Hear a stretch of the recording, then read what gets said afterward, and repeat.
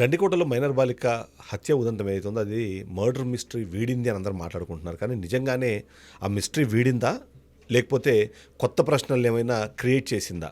ఇప్పుడు అందరి మధ్యలో మెదులుతున్న ప్రశ్న ఇది. ఎందుకంటే నిన్నటిదాకా మనందరం అనుకున్నది, ప్రతి ఒక్కరు చెబుతోంది, మీడియా కూడా రిపోర్ట్ చేస్తుంది ఏంటంటే వాళ్ళ అన్నదమ్ములే తన తల్లి సహాయంతోనే ఆ అమ్మాయిని అతి కిరాతకంగా చంపేశారు, కొట్టి చంపేశారు అన్నది అందరూ మాట్లాడుకుంటున్నారు. కొద్దిసేపు అది నిజం అనుకుంటే, నిజంగానే అది జరిగి ఉంటే, అలానే ఈ కేసు దర్యాప్తు కొనసాగి ఉండుంటే వాళ్ళ అన్నదమ్ముల్ని ఇప్పటికే అరెస్ట్ చేయాల్సింది. కానీ వాళ్ళ అన్నదమ్ములు ఇప్పటికి కూడా అదే ఊర్లో, అదే ఇంటి చుట్టుపక్కలే కూర్చొని నార్మల్గా వాళ్ళు లైఫ్ని లీడ్ చేస్తున్నారు. ఎలాంటి ఆందోళన కనిపించట్లేదు, అదే సందర్భంలో ఎలాంటి బాధ కనిపించట్లేదు. ఇవన్నీ మనకు కనిపిస్తున్నాయి. సో మర్డర్ మిస్టరీలో అందరూ అనుకున్న కోణంలో ఇది పరువు హత్యనే కాబట్టే వాళ్ళ అన్నదమ్ములే అమ్మని కొట్టి చంపేశారన్న పాయింట్ ఇప్పటికైతే రివీల్ అవ్వలేదని చెప్పాలి. మరి అసలు మర్డర్ మిస్టరీ ఎలా వీడింది? వీడని నేపథ్యంలో నేను అడుగుతున్నట్టుగా కొత్తగా వచ్చిన క్వశ్చన్స్ ఏంటి? ఈ క్వశ్చన్స్ గతంలో మనం మాట్లాడినవే, వాటిని మరొకసారి మనం రిపీట్ చేసుకోవాలి. కానీ అదే సందర్భంలో మరికొన్ని కొత్త అనుమానాలు కూడా ఇక్కడ తావిచ్చేలాగా కొన్ని కార్యక్రమాలు జరిగాయి. వాటిని కూడా ఒకసారి మనము డిస్కస్ చేసుకునే ప్రయత్నం చేద్దాం. ఆ ప్రయత్నంలో మీ అందరికీ తెలుసు, ఒక అమ్మాయిని, ఆమె పేరు మనము చెప్పకూడదు అనుకుంటున్నాం కానీ అమ్మాయిని చెప్పలేదు, ఒక ప్రాంతంలో గండికోట అనే ప్రాంతంలో, కడప జిల్లా గండికోట అనే ప్రాంతంలో అమ్మాయిని అతి కిరాతకంగా చంపి వివస్త్రణ చేసి ముళ్ళ పొదల్లో పడేసి వెళ్ళిపోయారు. ఆ వెళ్ళిపోయే క్రమంలో ఈ మొత్తానికి కారణము లోకేష్ అనే ఒక యువకుడు అని, అతనే అమ్మాయిని అలా అత్యాచారం చేసి హత్య చేశారు అన్నది ఇనిషియల్గా వాళ్ళ కుటుంబ సభ్యులు చేసిన ఆరోపణ. ఆ ఆరోపణ చేసే క్రమంలో కూడా ఆ అబ్బాయి గత కొంతకాలంగా ప్రేమ పేరుతో వేధిస్తున్నాడు. నా ప్రేమను యాక్సెప్ట్ చేయకపోయినా, నా ప్రేమకు ఒప్పుకోకపోయినా నేను చచ్చిపోతాను అని బెదిరించి ఆ అమ్మాయిని లోబర్చుకున్నారు అన్నది వాళ్ళ కుటుంబ సభ్యులు చెప్పిన మాట. అందులో భాగంగానే అమ్మాయిని గండికోటకు పిలిపించాడు, అక్కడ అత్యాచారం చేశాడు, అమ్మాయి మాట వినలేదని హత్య చేసి వెళ్ళిపోయాడు అన్నది ఇనిషియల్గా అందరికీ వినిపించిన స్టోరీ. కానీ ఆ తర్వాత ఇన్వెస్టిగేషన్లో మనం చూసాము, ఆ అమ్మాయికి ఆ అబ్బాయికి మధ్యలో గత 2-3 సంవత్సరాల నుంచి, ఒక 3-4 సంవత్సరాల నుంచి అమ్మాయికి అబ్బాయికి మధ్యలో సాన్నిహిత్యం ఉంది. వాళ్ళిద్దరి మధ్య ప్రేమ వ్యవహారం నడుస్తోంది అన్న ఒక సమాచారం ఉంది. అందులో భాగంగానే వాళ్ళ తల్లిదండ్రులు ఈ అబ్బాయికి సంబంధించిన, లోకేష్ సంబంధించిన రిలేటివ్స్తో కూడా గొడవలు జరిగాయి. వాళ్ళ పేరెంట్స్ కూడా అతన్ని కంట్రోల్ చేయలేము మేము, మీరు ఏమైనా చేసుకోండి అని చెప్పి చెప్పడము. ఆ అబ్బాయికి సంబంధించిన ఒక మామ, అంటే ఇద్దరు మామలు, ఒక యంగేజ్ అతను, ఇంకొక అతను, ఇద్దరు ఆ అబ్బాయికి సపోర్ట్ చేస్తున్న అనుమానాలు ఇవన్నీ వ్యక్తమవుతున్న నేపథ్యంలో హత్య జరిగిన రోజు ఉదయం 8 గంటల సమయంలో, 8 గంటల 10 నిమిషాల సమయంలో ఆ అమ్మాయిని ప్రొద్దుటూరు నుంచి తీసుకొని గండిపేట ప్రాంతానికి వచ్చి, ఆ వచ్చే క్రమంలో అక్కడ టోల్గేట్ దగ్గర సీసీ కెమెరాల్లోనూ, అక్కడ నుంచి 8 గంటల 30 నిమిషాలకు ఒక లాడ్జ్కి తీసుకెళ్లాడు. 2 గంటల పాటు ఆ అమ్మాయితో అక్కడ ఏకాంతంగా గడిపాడు. 10:30 ప్రాంతంలో అమ్మాయిని తీసుకొచ్చి గండికోట ప్రాంతంలో వదిలేసి వెళ్ళిపోయాడు. ఆ తర్వాత అమ్మాయి హత్య గావించబడింది. ఆ సమాచారం తెలుసుకొని వాళ్ళ బంధువులు పోలీసులకి చెప్పారు. ఆ తర్వాత పోలీసులు వచ్చిన తర్వాత అమ్మాయి మృతదేహాన్ని చూసి అక్కడి నుంచి తరలించి, తర్వాత ఇన్వెస్టిగేషన్లో అమ్మాయి మీద ఎలాంటి అత్యాచారం జరగలేదు అన్నది సమాచారం వచ్చిన తర్వాత లోకేష్ మీద ఉన్న అనుమానాలు పక్కకి వెళ్ళిపోయి, ఆ నేపథ్యంలో వచ్చిన సెకండ్ వర్షను సొంత ఫ్యామిలీ మెంబర్స్ అమ్మాయిని చంపేశారు. దానికి కారణము ఎవరైతే మనం మాట్లాడుకుంటున్నారో లోకేష్ ఉన్నారో, లోకేష్ ఒక జులైగా తిరుగుతున్న ఒక ట్రాక్టర్ డ్రైవరు, 10th ఫెయిల్ అయ్యాడు. అతనికంటూ ఒక ఫ్యామిలీ లేదు. అతను తల్లిదండ్రులు చనిపోవడం వల్ల వేరే వాళ్ళ బంధువుల దగ్గర ఉండి పెరుగుతున్నాడు. అతనికి లేని చెడు అలవాటు లేదు. కాబట్టి ఆ అబ్బాయి మా అమ్మాయిని ప్రేమలోకి లాగే ప్రయత్నం చేస్తున్నాడు కాబట్టి అన్నది ఒకటైతే, ఆ తర్వాత ఇద్దరు ప్రేమలో ఉన్నారు, ఆ అమ్మాయితో అబ్బాయి తిరుగుతున్నాడు కాబట్టి గతంలోనే ఒకసారి అమ్మాయితో తిరగొద్దని వాడికి వార్నింగ్ ఇవ్వడము, వార్నింగ్ ఇచ్చిన తర్వాత అతను కాదో చెప్పి తర్వాత మళ్ళీ రిపీటెడ్గా అది చేస్తుండడంతోనే వాళ్ళ స్వగ్రామమైన హనుమగుత్త గ్రామం నుంచి అమ్మాయిని ప్రొద్దుటూరు తీసుకెళ్ళి చదివించడం ఇవన్నీ జరుగుతూ వస్తుంది. సో అందులో భాగంగానే ఆ అబ్బాయికి ఇచ్చి పెళ్లి చేయడం ఇష్టం లేని ఆ ఫ్యామిలీనే ఇలా ప్రైవేట్ లాడ్జ్లో టైం గడుపుతుంది అనే కారణంతోనే అమ్మాయిని కొట్టి చంపేశారన్నది 2 వర్షన్ వచ్చింది. 3వ వర్షం మనం కూడా మాట్లాడుకున్నాము. అక్కడ ఉన్న గంజాయి బ్యాచ్ లేకపోతే ఎవరైతే మద్యం మత్తులో ఉండే యువకులు ఎవరిని ఆమెను చంపేసే క్రమంలో ఇదంతా జరిగిందా? కొన్ని అక్కడ ప్రశ్నలు. ఆ అమ్మాయి బట్టలు ఏమైపోయినాయి, ఆ అమ్మాయి బ్యాగును చున్నీ ఒక దగ్గర దొరికింది కానీ బట్టలు దొరకలేదు.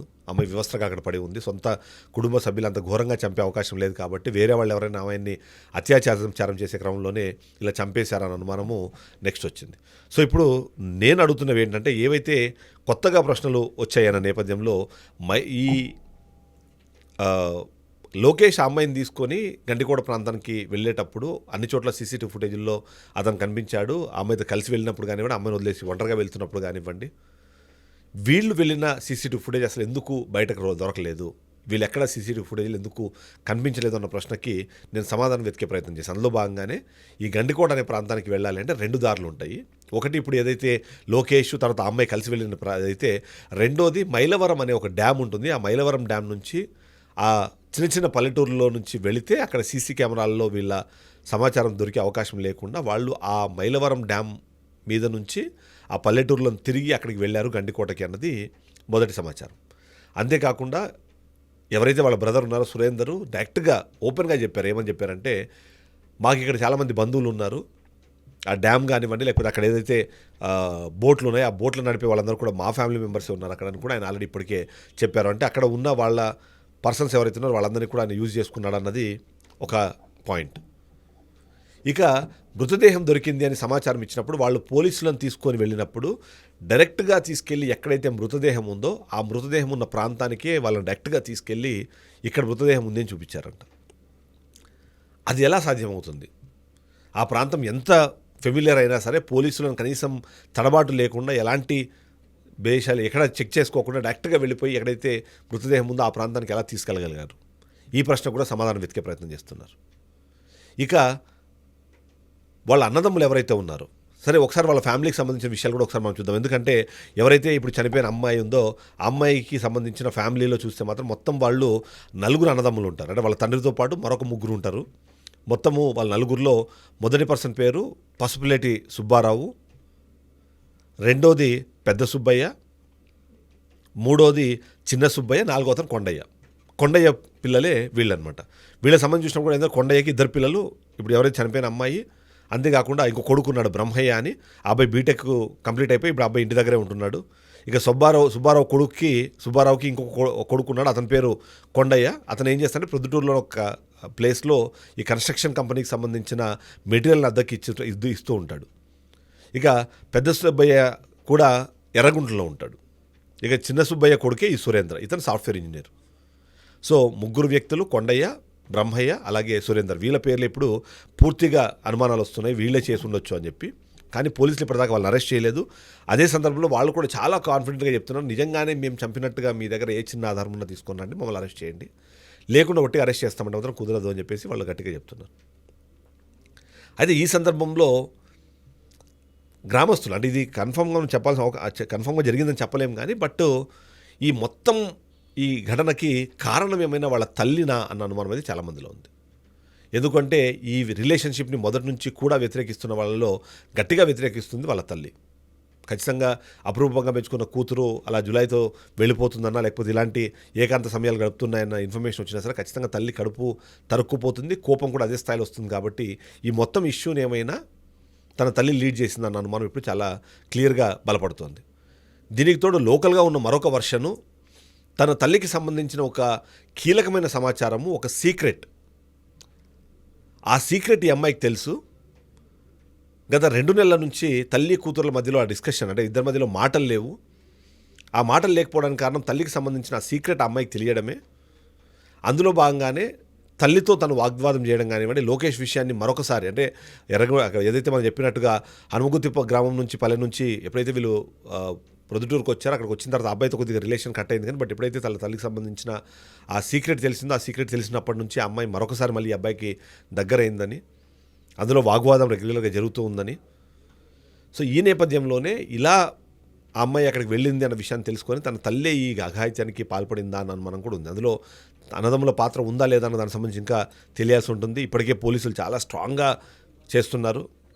ఆ చేసే క్రమంలో కూడా, అంటే ఆ ఇన్వెస్టిగేషన్ చేసే క్రమంలో కూడా ఆ ప్రాంతంలో ఆ రోజు ఎవరైతే ఫోన్లు ఉన్నాయో ఆ ఫోన్లో సంబంధించిన సెల్ ఫోన్ టిక్లర్ సిగ్నల్స్ ఆధారంగా వాళ్ళందరినీ కూడా పిలిపించి మాట్లాడుతున్నారు. ఎవరైతే అక్కడ ఫోటోలు తీసుకున్నారో, సెల్ఫీలు తీసుకున్నారో, ఆ సెల్ఫీలో కొన్ని సెల్ఫీలు అమ్మాయి కనిపించింది కానీ ఒంటరిగానే తిరుగుతున్నట్టుగా కనిపించింది, ఆ సమాచారం తీసుకున్నారు.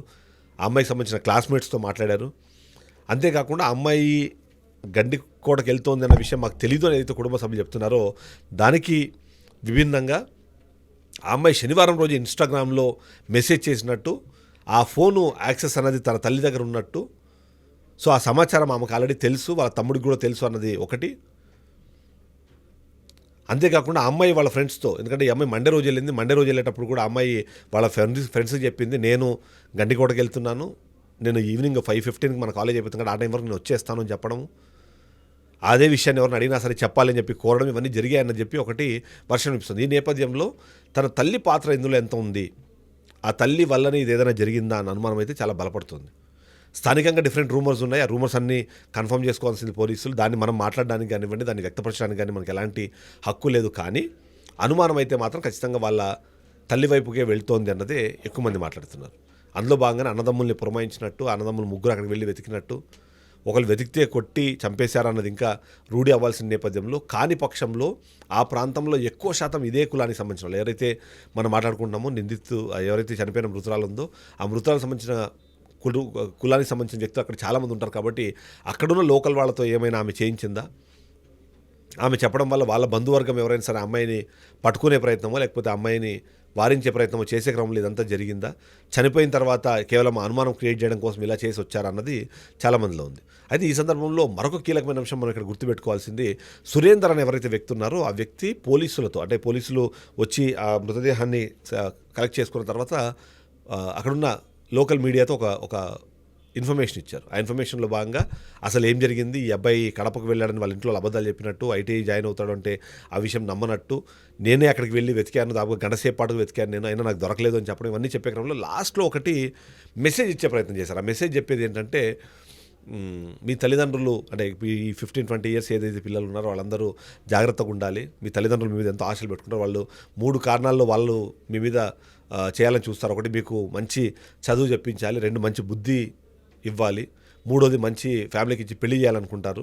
ఈ విషయాల్లో మీరు అలాంటి తప్పులు చేయకండి, అది ఇదని చెప్పి ఒక స్టేట్మెంట్ ఇచ్చారు. సో ఇది ఎక్కడో ఆ అబ్బాయితో తిరగకుండా తిరగడం ఏదైతే ఉందో అది నచ్చని కుటుంబ సభ్యులకు సంబంధించిన వివరము అక్కడ చెప్తున్నట్టుగానే, అదే సందర్భంలో ఎవరో ఒకరు చెబితేనే అక్కడికి వెళ్ళాను, ఆ చెప్పే క్రమంలో కూడా వాళ్ళ తల్లి నా దగ్గరే ఉంది, మేమిద్దరం కలిసే కాలేజ్కి వెళ్ళాము, అక్కడి నుంచి మళ్ళీ వెళ్ళామని ఏదో స్టోరీ వినిపిస్తున్నాడు. ఈ స్టోరీలో మొత్తం మీద ఎక్కడే కానీ వాళ్ళ తండ్రికి సంబంధించిన డిస్కషన్ ఎక్కడ లేదు. తల్లికి సంబంధించిన డిస్కషన్ వస్తుంది. సో గండికోటకు వెళ్ళిన విషయము తల్లికి ముందుగానే తెలుసు. ఎందుకంటే ఇన్స్టాగ్రామ్లో అమ్మాయి పోస్ట్ చేసింది, వాళ్ళ ఫ్రెండ్స్కి ముందుగానే తెలుసు. ఈ కుటుంబ సభ్యులు తెలియదు అన్నదానికి అవకాశం ఎంత ఉంది. ఈ మొత్తం వెనకాల మాస్టర్ మైండ్ తన తల్లి అనడానికి కొన్ని ఆధారాలు అయితే ఇక్కడ మనకు లభిస్తున్న నేపథ్యంలో అసలు ఏంటి ఈ మర్డర్ మిస్టరీ వీడకుండా ఇప్పుడు కొత్తగా వస్తున్న ఈ ప్రశ్నలు ఏంటి? చంపింది లోకేష్ కాదు అని ఇప్పటికే పోలీసులు అనౌన్స్ చేసిన తర్వాత మళ్ళీ చంపింది ఎవరు? వాళ్ళ అన్నదమ్ములో చెప్పడానికి వాళ్ళ అన్నదమ్ములకు సంబంధించిన ఎలాంటి సమాచారం కానివ్వండి ఏం లేదు. అదే సందర్భంలో మరికొన్ని అనుమానాలు కూడా, ఎందుకంటే ఈ సాఫ్ట్వేర్ ఇంజనీర్ ఎవరైతే ఉన్నారో అతను బాగా లాజికల్గా మాట్లాడే ప్రయత్నం చేస్తున్నారు. నిజంగా ఏదైనా చేయాలనుకుంటే కొత్తగా ఏదైనా సిమ్ కార్డు తీసుకొని దాన్ని ఈ కార్యక్రమానికి వాడి ఆ తర్వాత సిమ్ కార్డు ఏమైనా పడేశారా? ఆ సిమ్ కార్డు కొత్తగా యాక్టివేట్ అయింది ఏదైనా ఉందా అన్నది ఆ ప్రశ్నకు సమాధానం వెతకాలి. సో ఇప్పుడు పోలీసుల ముందున్న ఆప్షను ఈ కేసుని చేయాలి అంటే ఆ సమయంలో అక్కడ ఎవరెవరు ఉన్నారు, ఏ కాల్ నుంచి ఏ నెంబర్ నుంచి ఏ కాల్ వెళ్ళింది, వీటికి సంబంధించిన వివరాలు తెలుసుకోవాలి. లేదా అక్కడ ఎవరైనా ప్రత్యక్ష సాక్షులు ఉంటే ఇప్పటికే వచ్చేవాళ్ళు కాబట్టి ప్రత్యక్ష సాక్షులు లేని నేపథ్యంలో ఏదైతే మనం పెహల్గామ్ ఇన్సిడెంట్లో కూడా చూసాం, ఎవరెవరో వీడియోస్లోనూ సెల్ఫీస్లోనూ డీటెయిల్స్ దొరికినట్టు ఎవరైనా అక్కడ ఆ రోజు ఆ సమయంలో ఉన్నవాళ్ళు అక్కడ ఎవరైనా సెల్ఫీస్లో కానివ్వండి వీడియోస్లో కానివ్వండి తెలియకుండా వాళ్ళకే తెలియకుండా ఏమైనా క్యాప్చర్ అయ్యి ఉంటే దాని వివరాలు తెలిస్తే తప్ప ఇప్పుడు అక్కడ ఏం జరిగిందో తెలియదు. లేదు అంటే పశ్చాత్తాపం చెంది ఎవరైతే తప్పు చేశారో వాళ్ళే బయటకు వచ్చి ఒప్పుకోవాలి, అవును నేనే తప్పు చేశాను అని. అంతకుమించి అక్కడైతే వేరే ఆప్షన్ కనిపించట్లేదు. సో ఏది చూసినా సరే గండికోట అన్నది మిస్టరీ వీడింది అన్నది మాత్రం అబద్ధం. ఇంకా ఆ మిస్టరీ కొనసాగుతూనే ఉంది. ఆ మిస్టరీ కొనసాగే నేపథ్యంలో కొత్త ప్రశ్నలు తలెత్తుతున్నాయి. అసలు నిందితుడు ఎవరు, అసలు ఆ మర్డర్ చేసిన వ్యక్తి ఎవరు అన్న తెలుసుకోవాలంటే మాత్రం ఖచ్చితంగా పోలీసులు విచారణ పూర్తి చేసి ఆ తర్వాత వాళ్ళు అనౌన్స్ చేస్తే తప్ప మనం దీన్ని ఇంకా కంప్లీట్ కానంటే చెప్పుకోవాలి. Thank you.